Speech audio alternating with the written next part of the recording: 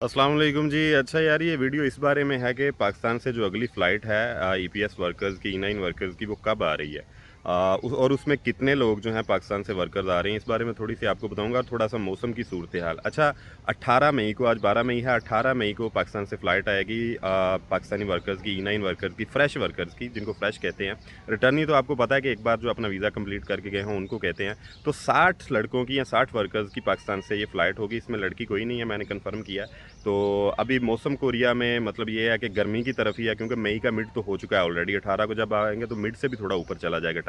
तो अपनी जो ज़रूरत की चीज़ें हैं वो गर्मी के मौसम के हिसाब से लेकर आएँ, ताकि यहाँ पर आकर आपको शुरू शुरू में कोई फालतू पैसे ज़ाया करने ना पड़े। पाकिस्तान से ही अपनी ज़रूरत की चीज़ें 2-3 माह की, अपने कपड़े वगैरह, जूते वगैरह ले आएँ, और फिर जब आप 2-3 माह की सैलरी लेंगे उसके बाद जो है यहाँ से अपनी ज़रूरत की चीज़ें लेंगे, तो वो आपके लिए ज़्यादा फ़ायदेमंद होगा। तो 18 तारीख को फ़्लाइट है। मेरा ख़्याल 19 भी 1-2 दिन आपके मतलब के आने में लग जाएंगे।